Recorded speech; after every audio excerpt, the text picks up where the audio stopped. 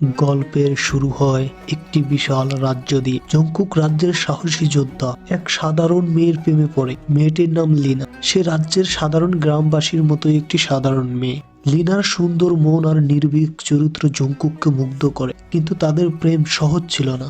রাজ্যের নিষ্ঠুর শাসক ঘোষণা দেয় রাজ পরিবারের বাইরে কারো সঙ্গে জংকুকের বিয়ে হতে পারবে না। শাসক লিনাকে বন্দি করে এবং ঘোষণা দেয়, যদি তুমি লিনাকে বাঁচাতে চাও তবে পুরো রাজ্য জয়ের ক্ষমতা দেখাও। জংকুক যুদ্ধের জন্য প্রস্তুত হয়, তার হাতে তলোয়ার, বুক ভরা ভালোবাসা। সে বলে, তুমি আমার ভালোবাসাকে বন্দি করতে পারবে না।